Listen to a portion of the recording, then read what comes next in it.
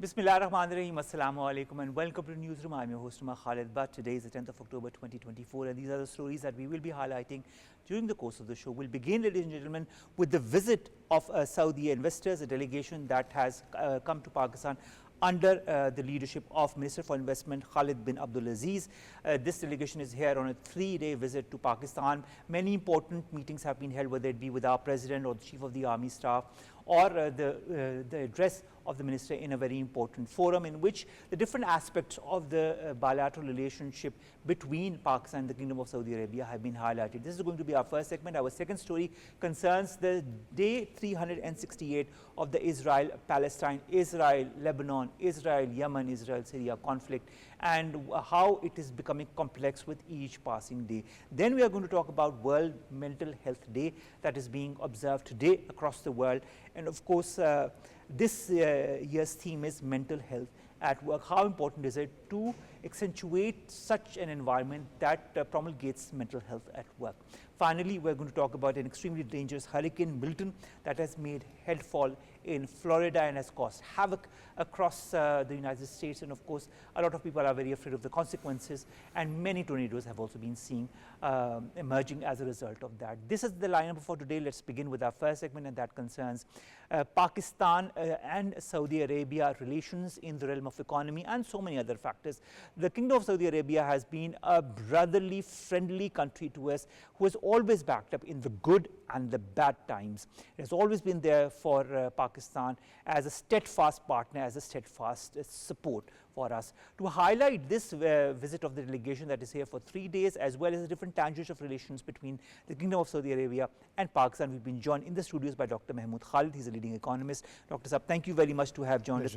Dr. Saab, as I said in the introduction, a delegation of Saudi investors that is led by the Minister for Investment Khalid bin Abdulaziz has arrived on a 3-day visit to Pakistan. The delegation comprises representatives from sectors including energy, mining, minerals, agriculture, business, tourism, industry and manpower. There are going to be business-to-business meetings with Pakistani companies. Agreements are going to be signed during the visit. We'll come towards the agreements a bit later. But how important is this visit in your point of view at this juncture of Pakistan's economic development? Well, I believe that it's a very positive news for the Pakistan's economy, because as you have rightly mentioned that we are in a juncture where we approach the IMF and we have been able to successfully engage in the 25th program. So that was basically a kind of the building block which was supposed to lead us to such types of further engagements with the rest of the world as well. But since the Saudi government is a bit different from the conventional global corporate markets with which we are trying to tie in, they are brotherly in the nature, as you have rightly mentioned, that they have been there whenever we had some problem in terms of foreign exchange reserves, or even our diaspora is working, which is close to 3 million. So from that perspective, it's very important. But more importantly, Saudi Arabia is actually moving towards a different economy.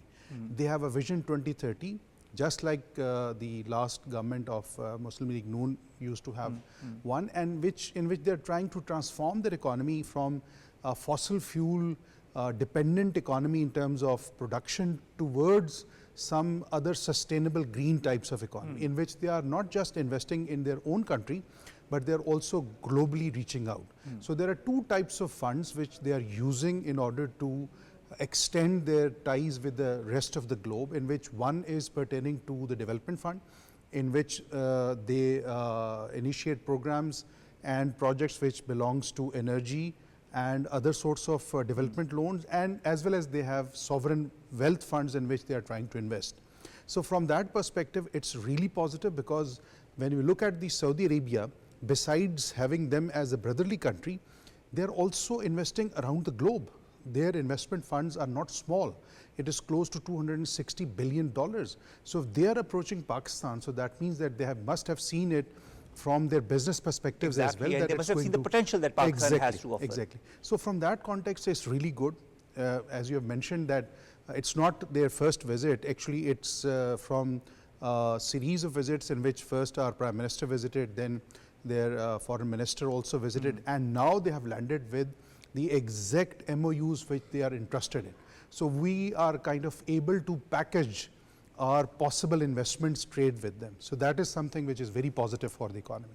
Let's look a little bit at the meetings that were also held Yeah. today between the Minister for Investment of the Kingdom as well as our high-ups. First of all, with our President Asif Ali Zardari, again a commitment to enhance and forge deeper relations between the two countries.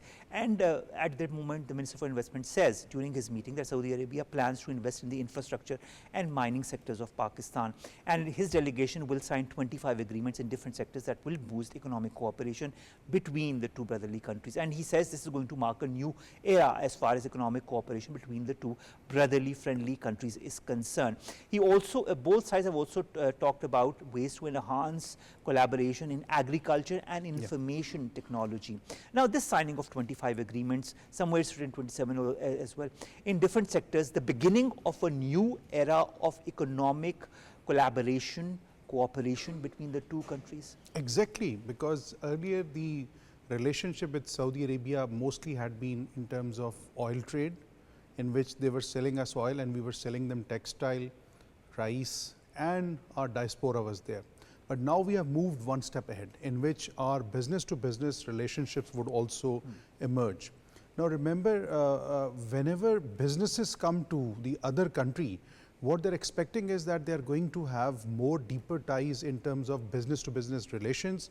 They're going to actually start a new kind of a friendly investment in which they are also generating profit as well as they're generating employment for both the countries. So from that perspective, you have rightly identified that their focus is not single one. They're not just here for mining industry. They have also focused on the IT because they know that Pakistan has got a good IT base in terms of the exports. So it's a kind of a business move on a win-win platform situation in which we would also gain. Besides this, you have rightly mentioned the corporate farming on the agriculture side, and this is something which Pakistan as an economy have potential as well. Unfortunately, we have not been able to go up to the ladder, which is basically for the value chain in terms of selling our products to that value which we should be. So when the foreign direct investment is going to come, and we call this as a greenfield investment, new technologies are going to come in, and it's going to facilitate not just Saudi Arabia in terms of expanding its investment portfolio, but also Pakistan in terms of creating more jobs and more economic activity. I totally agree with you as far as that is concerned. Also in the meetings, important meetings that were held today, was a meeting with our Chief of the Army Staff, in which there was a lot of important discussion in the avenues between the two sides, and also the mutual respect that both sides have for each other, and the commitment as far as all matters that will be replaced with a red carpet treatment there, and of course the importance that the SIFC has also as far as bolstering the economic collaboration between both the Kingdom of Saudi Arabia and Pakistan is concerned. Now, how important, pertinent is support for Pakistan from the Saudi King and the Crown Prince, as well as how does one of the largest business delegations visit to Pakistan manifest and reaffirm the enduring and of course the fraternal ties between both the countries in the or under the ambit of the SIFC. So basically my question revolves around the SIFC. Yeah, as we have seen over time that SIFC has grown as an institution, which is not just for the local commerce, domestic commerce development in terms of improving the institutions, thinking about betterment of the policies, but also they have kind of created trusts in terms of engaging with the rest of the world and providing them that kind of sovereign credibility which the foreign investors are actually looking for from. So when we say that SIFC is basically also one of the core pillars, what we are saying is that it's a kind of a platform which the globe, and in this case specifically the Saudi Arabia, is comfortable in terms of tying up with. And since it has the backing in terms of the army as an institution, because they are engaged since 2015 in terms of having different sorts of agreements which are primarily of defense nature, but that is also kind of a push in terms of having more affirmation that if they come for investment in Pakistan, they're going to get the necessary support. But having said that, that does not mean that it is something which is not available to the other partnering countries such as China, UAE, or other possible investors such as the Malaysian Prime Minister has just visited. Of course. SIFC is basically emerging as an institution which is a single window, which provides the assurance, which also provides the backup to whatever commitments the government is making with the rest of the world. So from that perspective, it's very important and it has been highlighted as well. All right, now let's move towards Ishaq Dar Saab, who today delivered a keynote address at the Pak Saudi Business Forum.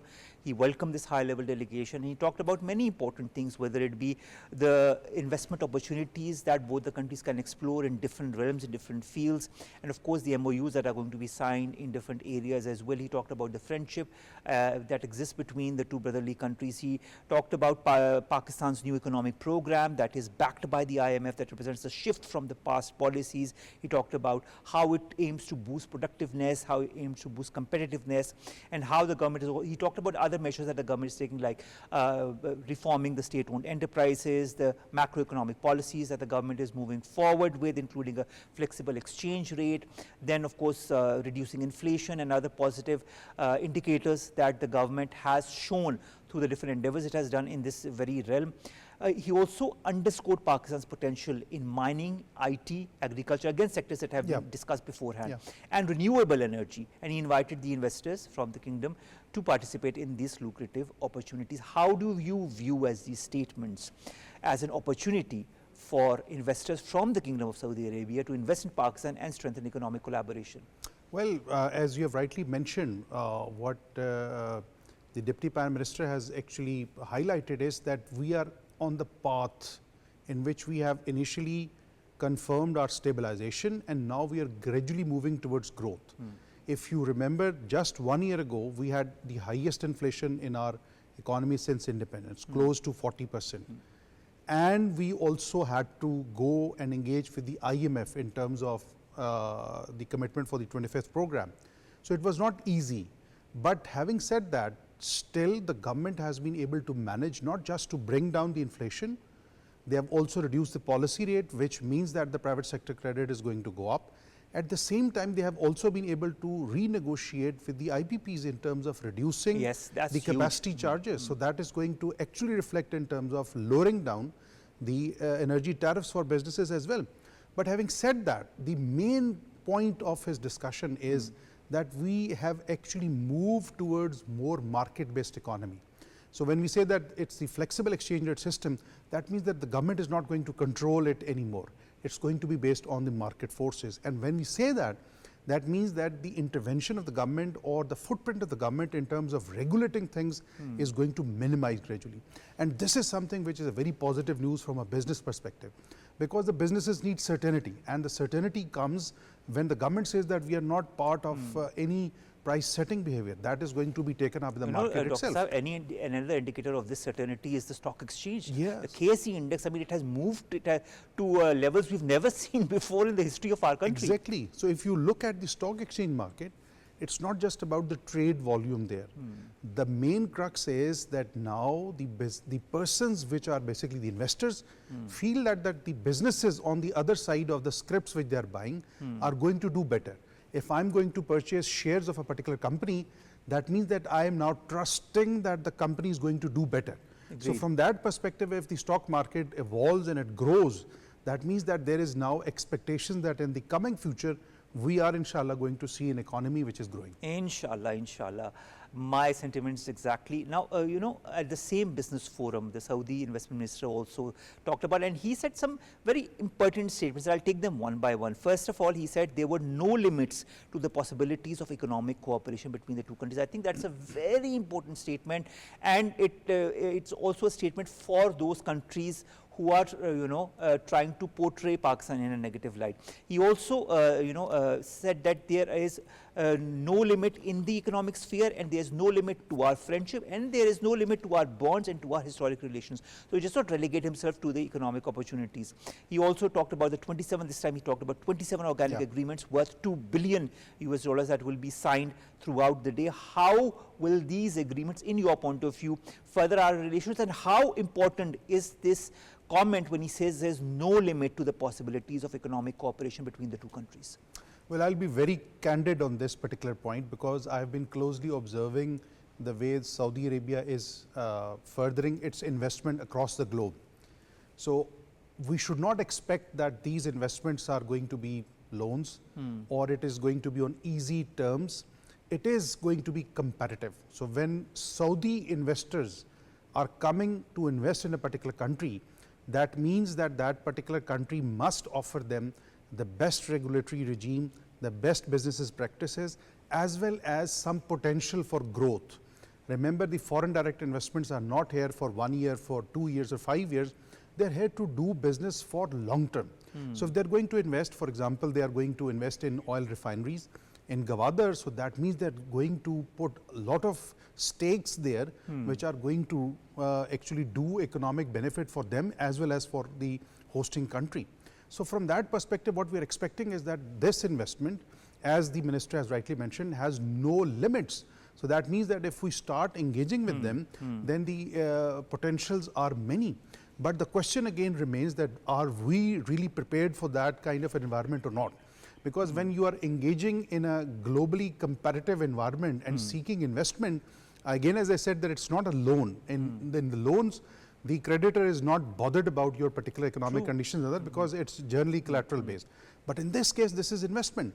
So we have to keep on pressing and improving our business conditions, our taxation environment, and most of all, the economic certainty in terms of the policies. This is what the businesses need. And we are very hopeful that this investment is going to ensure that this is going to happen. Inshallah, I look forward to many such positive developments between the relations, especially in the economic sphere, but also other spheres between the Kingdom of Saudi Arabia and Pakistan. And, you know, there are lots of good things that are coming to Pakistan, and I'm so happy and so glad that all of this is happening at the right time, at this juncture for Pakistan. Thank you very much, Dr. Mahmood, Khalid, to have joined us, to have come all the way to the studios to discuss Pakistan and Saudi relations in this very show. We'll be back after a short break. Stay tuned.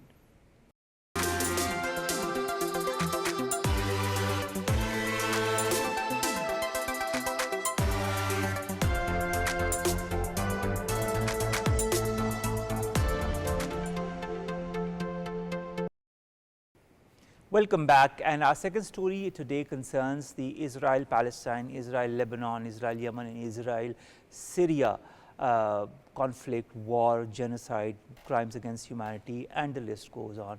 Today it has been 368 days since this conflict began between Israel and Palestine. A lot has happened, and a lot that has happened is not for the good or for the positive, despite a lot of developments as far as the ceasefire agreement or so-called end to this conflict is concerned.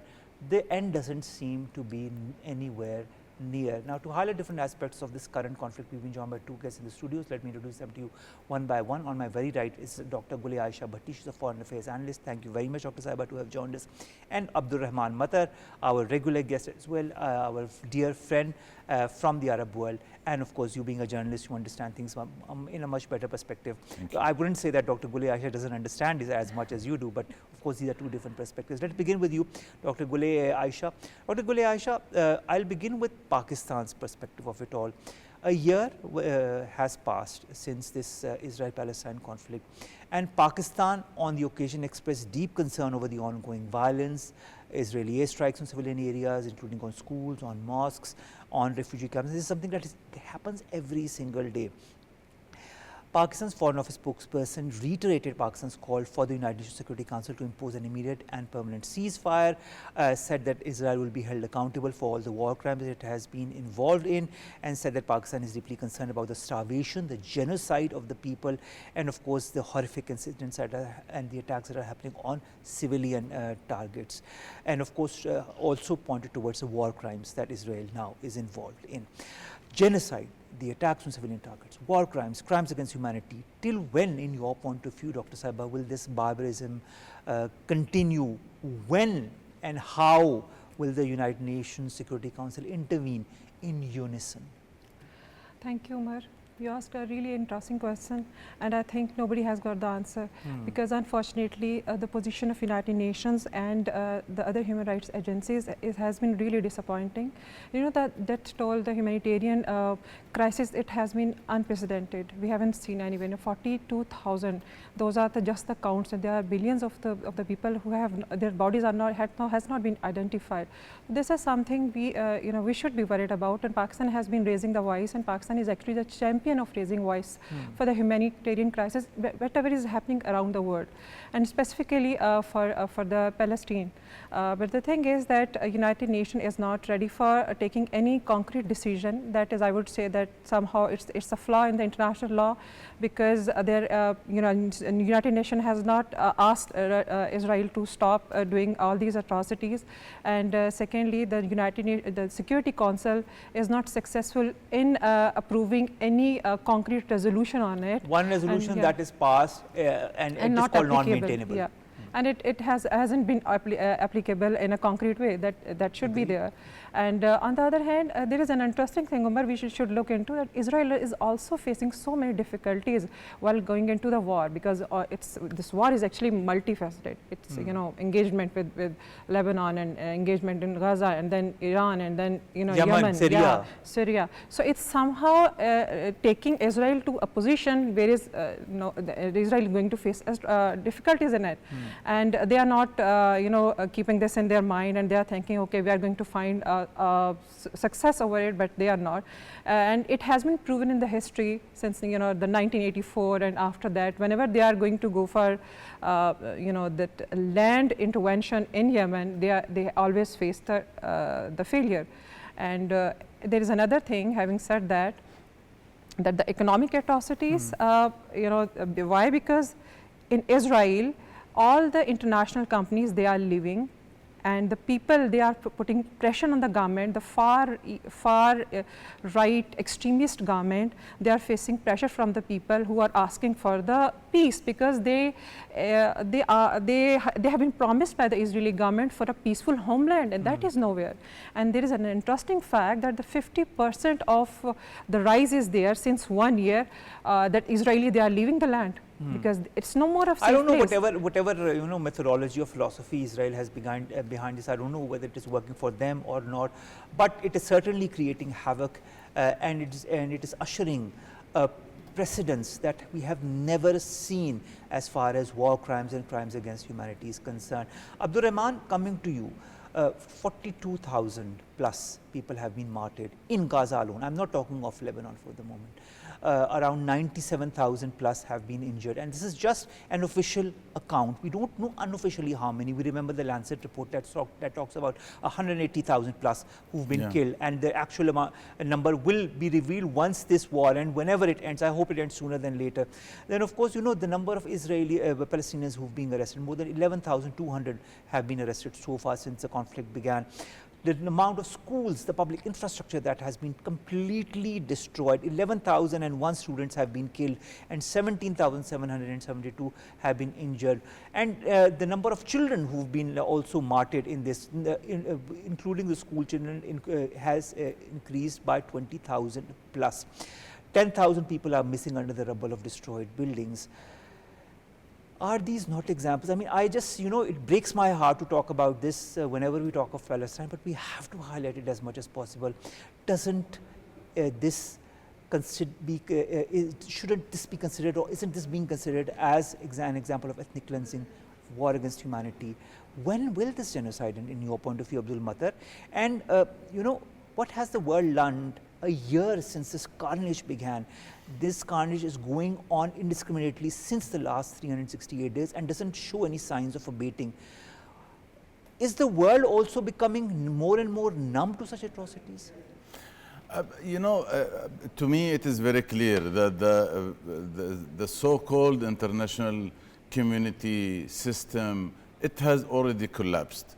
I think even the United Nations is also collapsed, because United Nations, by the way, they have issued 4 resolutions. They have passed 4 resolutions in favor of the ceasefire, stopping the war, stopping the genocide.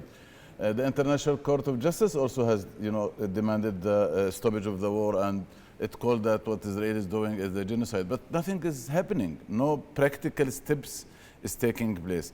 OIC has, many times during this year, they have also condemned these atrocities, and they have demanded Israel to cease fire and stop killing the innocent people in Gaza, but nothing is happening. The issue is that, if you allow me also, I'd like to add to what my colleague just mentioned regarding Israel. Israel don't believe in all of this system. Practically, they don't believe. And opening so many fronts in the same time, also it is not a big issue for them, since there is some kind of a hidden coalition is already established. Israel, it's not fighting by itself. United States is there, Britain, Germany, Italy, France. Those 5-6 countries, they have established some kind of a coalition. It is undeclared type of a coalition. And who is arming Israel? Who is supplying arms and ammunition to Israel? It is these countries. So who is supporting Israel financially? Again, it is these countries. So what Israel is doing, yes, we see it is Israel is doing, but practically it is not only Israel. If you remember, there was an Iranian attack back in 14th of April on Israel. And all these countries, which I mentioned, the 5-6 countries, they all cooperated in stopping those missiles and drones from reaching to its target in Israel. It means that there is some kind of a coalition. Maybe it's even this time the US openly said that it has helped Israel. The head of the American army is in Israel since the last 3 days, and they are preparing now to attack Iran. They are opening another front. They don't care. They believe, and they have said openly that they would like to change the situation in the Middle East, and they are working for it. Dr. Gul.i.Ayesha, coming to you, Chris Gunness, who's a former spokesperson for the United Nations Agency for Palestinian Refugees, he talks about the slaughter that Israel is committing in Gaza, and also talks of countries that have failed to stop Israel from continuing its barbarity. He also says, and I quote, "In the last year, we have seen Gaza transform from the world's largest open-air prison to the world's largest concentration camp." Now this, when he uses the word concentration camp, I think it's deliberate, because it reminds us of, it should remind those people who are in Israel of what happened after the Second World War. They say that they were the victims. To this date, we see films and documentaries being made on that, and now they are doing exactly what they said happened to them. They are doing exactly that to the Palestinians and now to the people in Lebanon. What's your comment on that? He also says, shame on the UN Security Council, shame on the Israeli leaders who've done this, and shame on all of us, because we've seen that last year it is a stain on the conscience of humanity. Absolutely, it is, and I would say it's the double standard of the international community. For them, whatever they faced in the history, they always exaggerated it. They always made documentaries on it. But as far as the Middle East is concerned, or I would say the Muslim Ummah is concerned, their standards are different. But we have to think it's from another angle as well. If they are not ready to control Israel for the escalation in the Middle East, and they are not controlling Israel to have a continuous engagement with Iran, so definitely the Europe, they are also going to face the circumstances, whatever is going to come out from the Middle East, because they are dependent on Middle East for their oil, for their, that's why they asked them to sign the Abraham Accord. And obviously they want peace as well. As well as there are another partners, China and Russia. They are not in the favor of it. Why? Because for we have seen in the past that for for Russia, peace in Syria is always important. So Israelis are kind of losing its long-standing friends as well. That's the reason that Russia recently signed a strategic bilateral relation with ties with recently with Iran. That's a kind of signal to Israel that you have to control yourself, you have to watch your steps, otherwise you are going to lose your friends, and that is going to come sooner and later. Because if Israel is going to escalate the war towards Iran, then the Strait of Hormuz, the whole hub of the oil transportation, that definitely Europe is in the need of. So who is going to control that? So eventually, they are going to face the heat, and they have to think about it. All right, last question to you, Abdurrahman Mattar, and this concerns Lebanon because we haven't touched on it. The US warns Israel against any Gaza-like military action in Lebanon after Netanyahu threatened it with destruction like that in the Palestinian territory, and this has happened between a telephonic conversation that happened between Joe Biden and Netanyahu. Do you feel, that the Israeli authorities will stop to any end, at any end, from conducting whatever they have been doing in Gaza and doing exactly the same in Lebanon? They cannot. They have declared some kind of an objectives for this war, whether it is in case of Gaza or in Lebanon. Without achieving those objectives, they cannot stop the war. They need to achieve those objectives. There is a lot of hurdles. There is a lot of obstacles.